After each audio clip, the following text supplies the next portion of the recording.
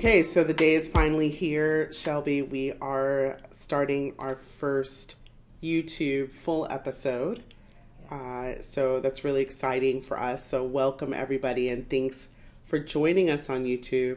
I hope that you take the time to subscribe to our channel so that you'll get notifications when there are new episodes. We do this season plan on putting at least maybe every other episode, the ones with us in here.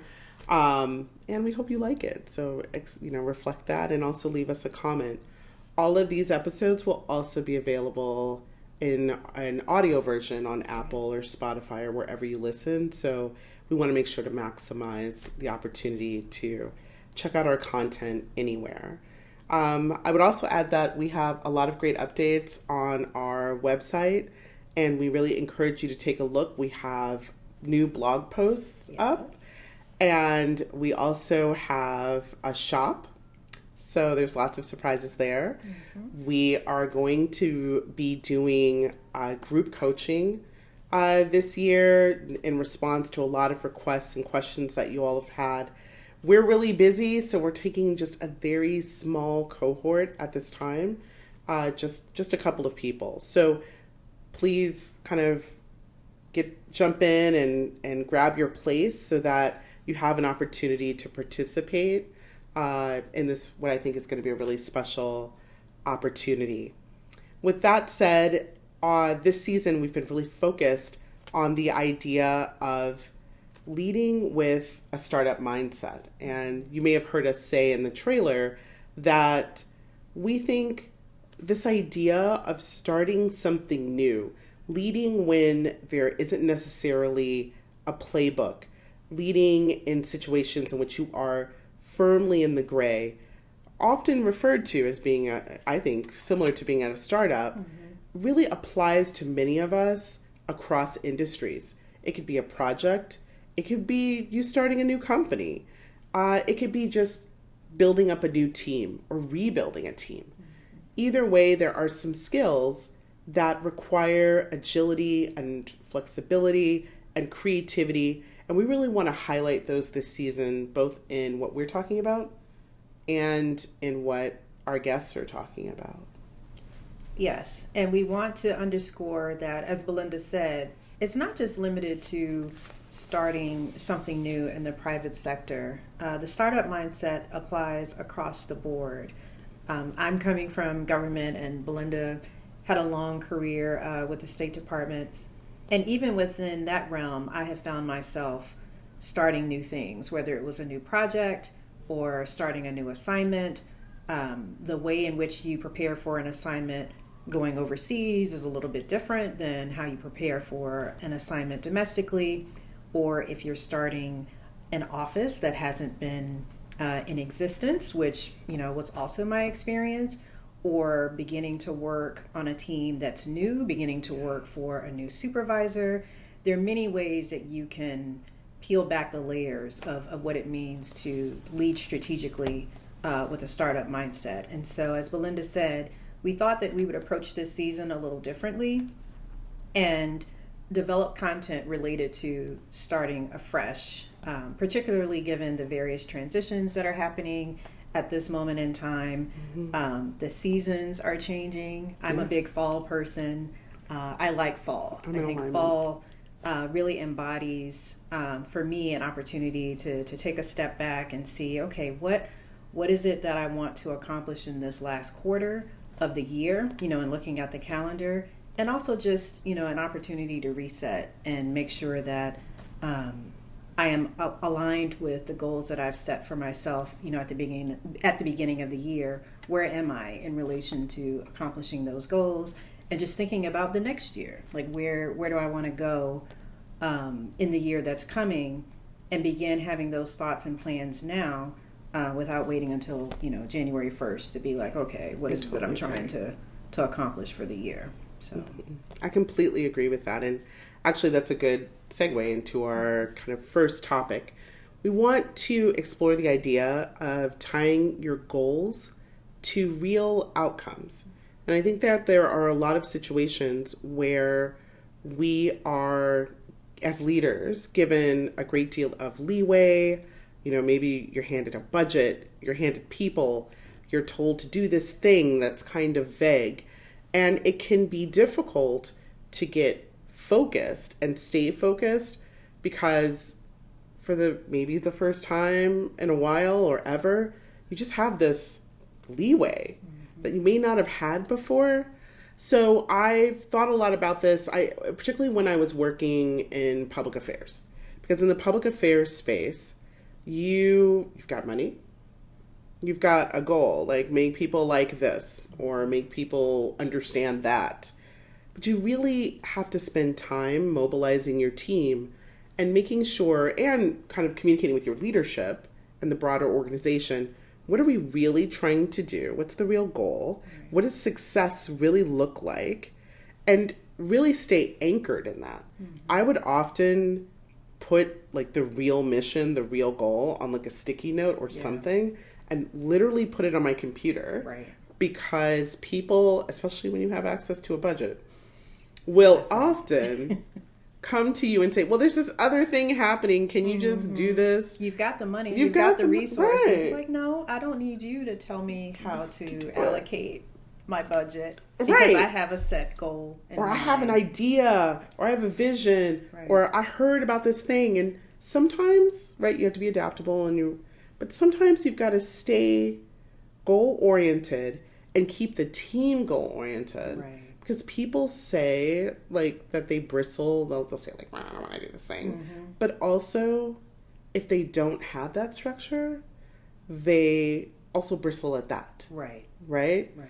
So, if we're going to be annoyed, we might as well have a plan.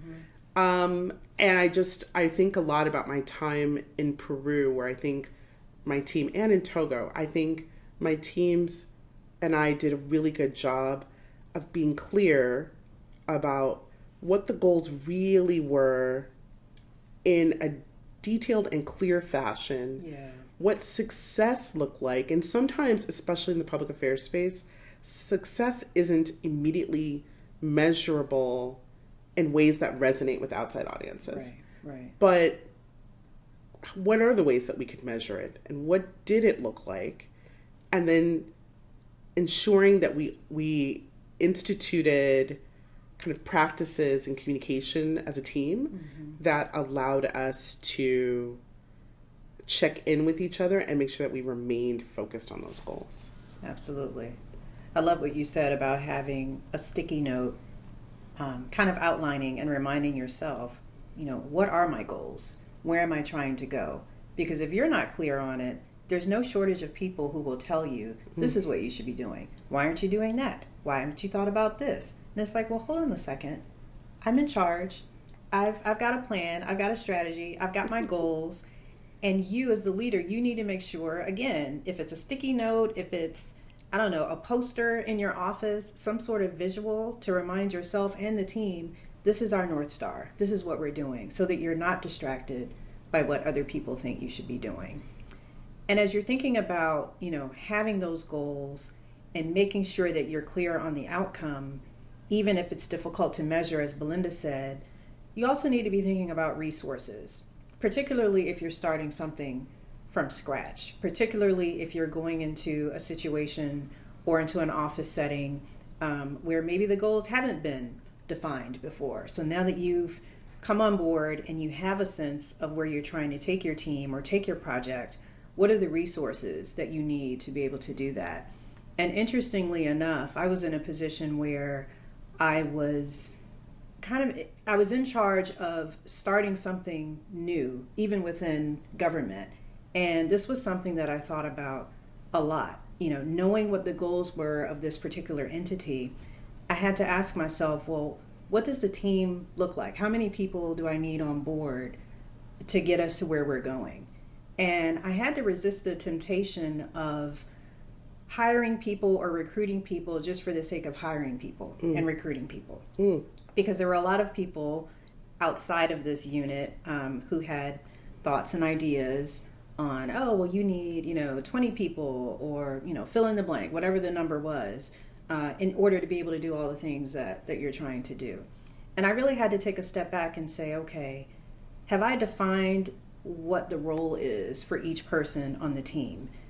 Because I think there's this temptation to think, oh my goodness, I have all of these things that I need to accomplish. I'm just going to throw some people at it. And that is not what strategic leadership looks like. Like having a big crew of people assembled around you is not necessarily the key to being able to execute efficiently and effectively on a project.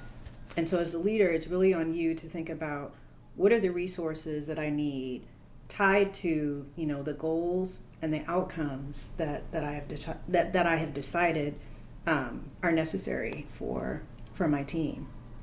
No, I agree with that. And I think that also ties directly to our next point, which is, and you've heard us say this before, like really being clear about the problem. Yeah. Right? Because everybody will tell you, right, like what they think the problem is. I find it effective to, like, you kind of get your marching orders, but I think it's effective to bring together other thought partners who are stakeholders. And they may not necessarily only be people on your team, right, but people who you are going to have to engage with to succeed. And just getting everyone to agree, like, this is what we're solving, right? Right. So that we all are clear, and as people, especially when people are trying to wiggle out of doing something. Yes. Which often happens. Like, oh, that's not in my job description. But if we're solving X, then shouldn't you be involved, right? Right.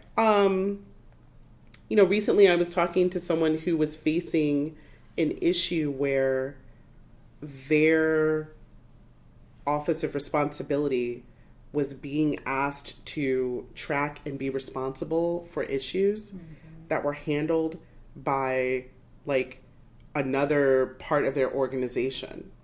And originally, this person's office had taken that on. It was like an IT issue. Okay. They are not IT. Right. They had taken on an IT issue because Why? the IT team just wasn't handling it effective. So somewhere along the line, someone took on something that was massive and it became a part of their normal workflow and was beginning to hinder their work. Right. And they were trying to figure out how to disentangle themselves and they couldn't figure it out. And we were talking about it and it was like, but what are you trying to solve for? We're trying to solve for they're reluctant to do their job, so we just decided to do it around them. Yeah, no, we can't solve for that. Right. No, that's like, not our problem. That's not our problem. That's not the mindset we're looking for. No, not at all. You can't run multiple offices. No. You have to bring them to the table and say, like, 100. This is an issue. Right. We're over here. This is our mission. We can't hit the mission and do your job. Y'all just have to step up. How can we support you? How can we check in? How can we know? They did have an honest conversation like that. Right. And they were able to develop a solution to transition this issue back.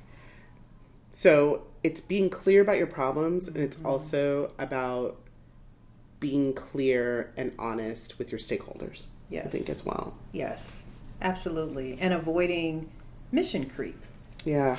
And this temptation, well, we could do it. We have the motivation. We have the skills. Well, not even that we have the skills. We have the motivation. We have the curiosity to take on this other project.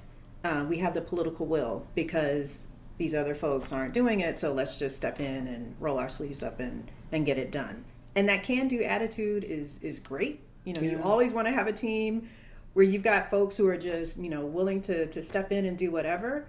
But when it distracts from the actual mission that you are charged with accomplishing, it just dilutes, the impact that you can have because you're taking on way more than you need to, and you're taking on things that are not even within your skill set. Yeah, no, definitely leads to mission creep. So, which is also another good segue into thinking about goals. Going back to, the original theme of this topic, making sure that the goals are tied to the outcome. I like to think about a three-tiered system of goals. There are goals for the team, there are goals for your boss, but then goals for yourself. Like, how do those three tiers intertwined with each other.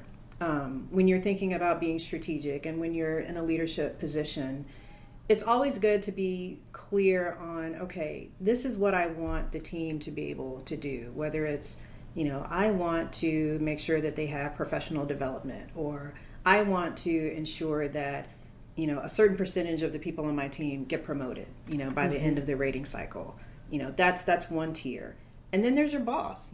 Are you aware of what your boss wants, from the team? Are his or her goals aligned with yours? And even if they aren't, are you aware of what it is that they want the team to do, so that you can adjust, yourself if necessary, but always just be mindful of what the boss wants, especially if you're in a middle management position and you're kind of a transmission belt, to make sure that the folks below you are aware of what the boss wants, and to make sure that your boss's expectations are being articulated in a way that makes sense, to the lower tier. And if there is any sort of like disgruntlement with the lower tier, if you're in the middle in particular, it's also up to you to be able to communicate up.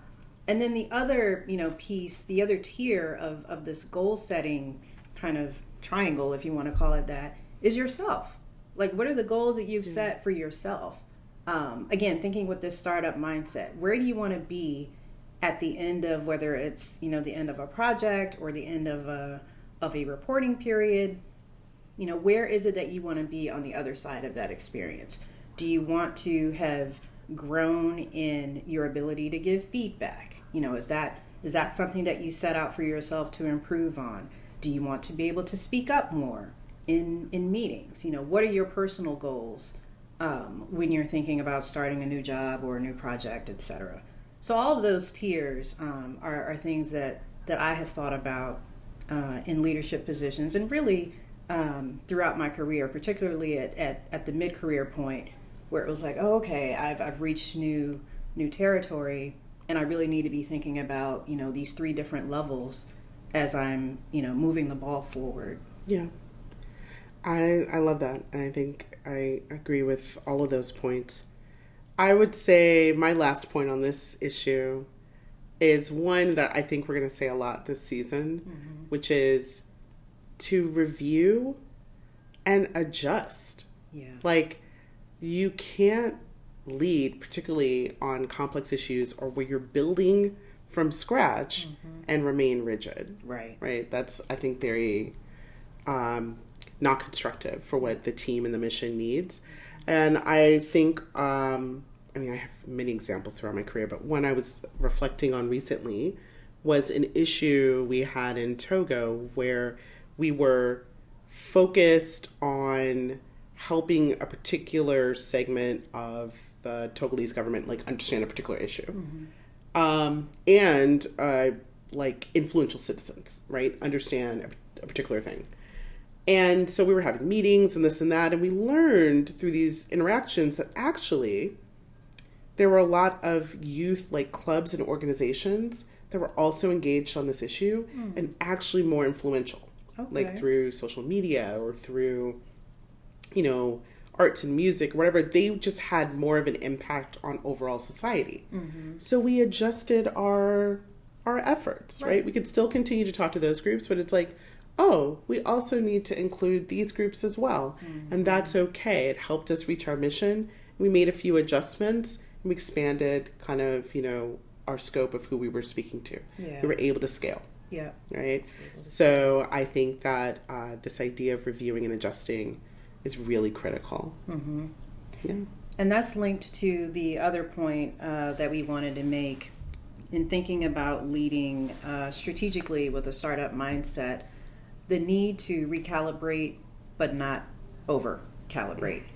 We could sit here all day and think of the many examples of folks, overcorrecting, oversolving for a problem, again, without like honing in on what is the piece of this puzzle that isn't working well.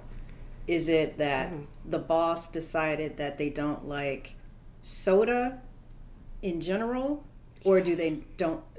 Is it like an opposition to Diet Coke? Oh, for real. I mean, that's really keeping it very basic, but it's like, okay, the boss said they don't like Diet Coke. Yeah. They didn't say that they didn't like Sprite. Like, what are you hearing when something goes wrong? What are you seeing when something goes wrong?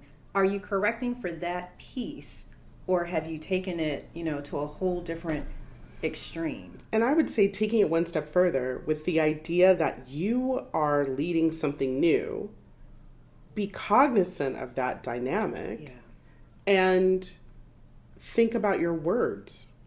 Right? And don't allow the project or that type of thing to become so personality driven, which I guess links to our first point, which is like check your ego at the door. So check your ego at the door in terms of like how you're setting the tone and the stage for what your expectations are and how you're communicating to the team, but also check your ego at the door about taking risks and not being afraid to fail. Like, it's okay that you're not the smartest person at the table. What makes you look smart is actually knowing how to bring the right people around the table to make your team a whole. Yeah. I don't know what's going on. Yeah. Exactly. As a leader, you can't be afraid to fail. Like you said, you have to check your ego at the door. The team is looking to you to guide them. They will mimic whatever energy you're putting out. And if you're flustered, if you're losing it because something isn't going according to plan, or you don't have the presence of mind to recognize that something is not going to plan and you need to shift, that has downrange effects on the team too, which leads to kind of a sub point of this don't over calibrate point. When things go wrong, you have to correct for what has gone wrong without overreacting, because the overreactions just leads to different problems. It leads to chaos, obviously, but it also just kind of gives space for people on the team to be like, oh, well, now that I think about it, I'm upset about this other thing. And it's like, well, what does that thing have to do with the problem that we're solving, right here in this moment? Like, you don't want to create space for people to just start pontificating about, all sorts of things, which, perhaps need to be addressed, but everything has a time and place.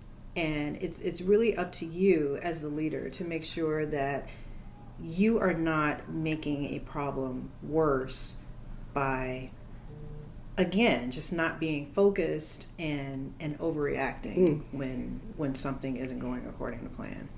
I agree with that a lot. And I think I would add on to that, understanding that people are human and that they are not perfect and they'll make mistakes. Yeah.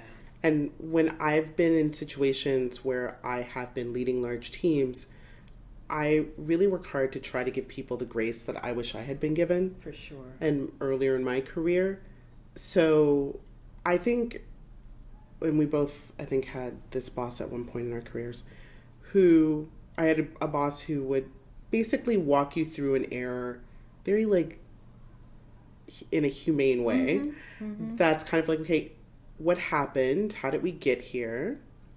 Is it something that we can avoid in the future? Do we need to do anything? Or was this just human error that happened? Right. So can we just make a few adjustments so that this doesn't happen in the future?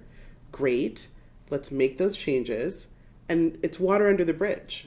Right? And I would really try to help people understand that for me, if we're going to all agree that we've made the adjustments, or we just won't do that again, I'm not going to hold a grudge. Right.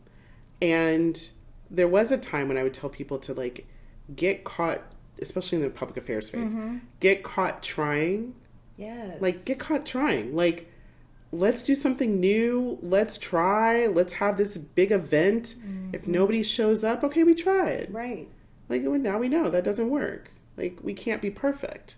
Yes. So we can't control our bosses. We can't control our peers. But we can control how we react to our teams. 100%. 100%. And not to belabor the point, but it's something you said just reminded me of an example of how you need to maintain your composure when things go wrong, mm-hmm. and how to solve for the thing that has gone wrong in that moment. There was a project that I was working on in the crisis communication space, and there was some new technology. Again, going back to this startup mindset, there was some new technology that we were trying to use, and it didn't go well. We did a beta test to test the technology, and something happened, something actually kind of catastrophic happened, where there was a text message that was sent to tens of thousands of people. Wow. And in that moment, I spoke to the individual who, was responsible. I remember it now, like, oh yeah. And the team, and the person who was supervising the team, but no one raised their voices. Everyone was calm. We were talking just like I'm talking to you right now in this moment. It was one of the few times in my career where I actually thought I was going to be fired. But I maintained my calm and composure and said, okay, what is it that we need to do, right now? Who do we need to brief? Who do we need to explain, this issue to, and what happened? And then, tomorrow, let's take a step back and figure out, okay, what were the things that we did wrong, and how do we learn from this mistake so that we don't repeat it again? An overreaction would have been, me chewing out the person who was responsible for the error, me saying, okay, this individual will never touch a telephone, again, never touch any of the tech. We're going to just, reassign this person to someone, to some other task, or, me yanking the supervisor. None of those things happened. And guess what? That particular unit, that team, ended up being like one of the best performing teams in this particular office setting, because they learned and they experienced, a semi internal crisis, but they respected the way in which it was handled, because no one overreacted. Even though it was like a major thing in the moment, the way that it was handled enabled them to gel as a team in unexpected ways. And it was just an ironclad group of people who are just amazing individuals. So. Yeah. I mean, fear is not a motivator. No. Right? At all. I feel like we should rename this section, like, fix your face. Right? You know what I'm saying? Like, fix your face. Right. Like, it's like stuff happens. Right. And you're like, oh, I got to take some hits for the team. Yes. You're the boss. That's what you're there for. Like, that's your job. Right. So it's like, okay, let me collect the facts. Right. All right, let's get a plan forward. Mm-hmm. Let me fix my face. Fix your face. And let's just do it. Okay. Yeah. I'm with you. So our next point is about collaboration. Like, if you are a founder, a project starter, a something, then you are also a bridge builder. Yes. You are bringing people across organizations together, and that can be messy, right? I've definitely had meetings where, it's like we need to work together on XYZ, and perhaps other stakeholders are not being as, team players as they could be. The over calibration could be easily like, forget them, we're just going to go around them, right? Or like, I'm coming for you, or like whatever. Right. But no. We just have to change tactics. Like, who within this stakeholders organization could come to the table and help us? Or is there more education they need on this topic? Yes. Or perhaps it is, maybe they weren't the right match and we need to find somebody else to bring to the table. But we can't just, stop collaboration. Right. We can only scale and be great if we are collaborating. 100%. And we have to lead that. Yes.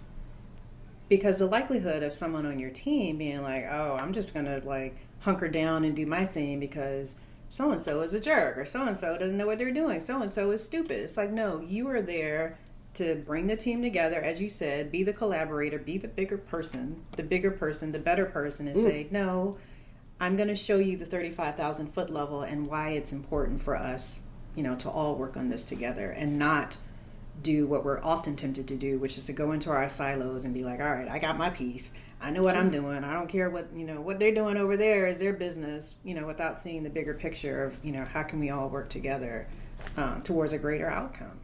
And that's not easy. No. Like, I've had countless walks to the Lincoln Memorial. Listen, I had two this week. I have to go sit with Lincoln and be like, hey, look. Yeah, right? I don't know. Yes. What we gonna do? Right? Right. How many walks I've had to take? Yeah. How many trips to the coffee shop to get some tea, some coffee, some hot chocolate, something. I'm not saying it's easy. Not at all. But we aren't in these positions because they're easy. 100%. Right? We aren't in these positions to do easy things. Right. So we have to fix our faces, think of ways to get to yes and to collaborate. And so perhaps this is something for a future episode, but we have to build these coping mechanisms and resilience mechanisms around us to be able to do that. Because it is everything we've just described is a huge emotional lift. For sure. And it falls on you, again, as a leader. Going back to this point of recalibrating, but not over-calibrating and not overthinking things. The team is also looking to you to set the vision, to be the visionary. Again, to tie into this point about collaboration, the vision can't be in your head. You can't be sitting over here like, okay, I know we need to do this, that, and the other. I know we need to collaborate with this team because they have that level of expertise and we bring this to the table. And, I may need to tweak this thing because it's not working out the way that I initially thought it would. And maybe we need to tweak our goals. And it's all in your head, but the team is still, marching over here. You have to tell the team, okay, this is where we're going. And I know this is a point that we've made, in other episodes, but it just cannot be emphasized enough, especially if you are in the position of having to tweak and recalibrate. Are you telling the team, what are we doing? What's the why? Like, why are we recalibrating? What has changed? What needs to shift? Has the vision changed, or has the mechanism to get to the vision been altered? And are you communicating that? Again, as a leader, it's on you. And as you said, it's not easy to constantly have to think about, all of these variables and making sure that everyone's on board and making sure that you're talking to other teams outside of your unit so that you can, collaborate in a way that makes sense.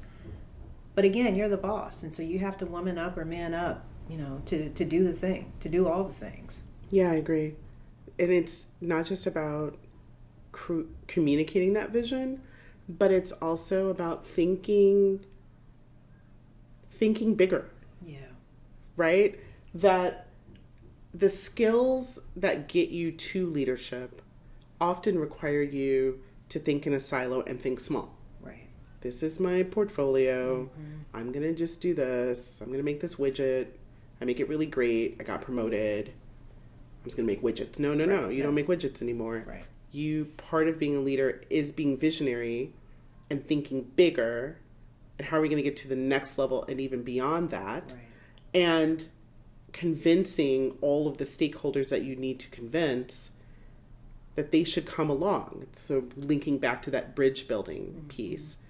I think back to one of my assignments where I realized early in my tenure that when we would have like a staff meeting, and I'd say, like, I think we should do XYZ. I would notice the team would kind of look at each other and there were a couple of key people that they would look at, like, do you agree with that? Yeah. Right? Because they were like, you are here right now, Belinda, right. but so-and-so's been here for 30 years. And we got to deal with them, you know? Right. And so do they agree?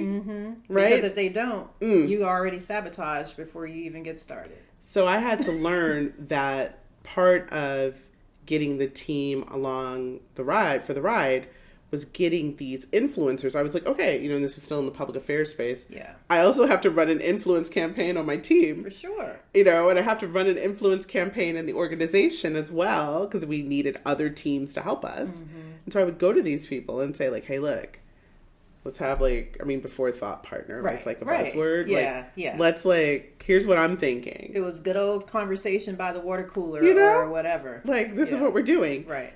And I was actually, in this case, honest with them. Like, I see that you're a leader on this team, and I value your experience and input. Yeah. And so let's work together rather than you all work to undermine me. Right. Let's just be on the same team. Yeah. And they were like, cool. Cool.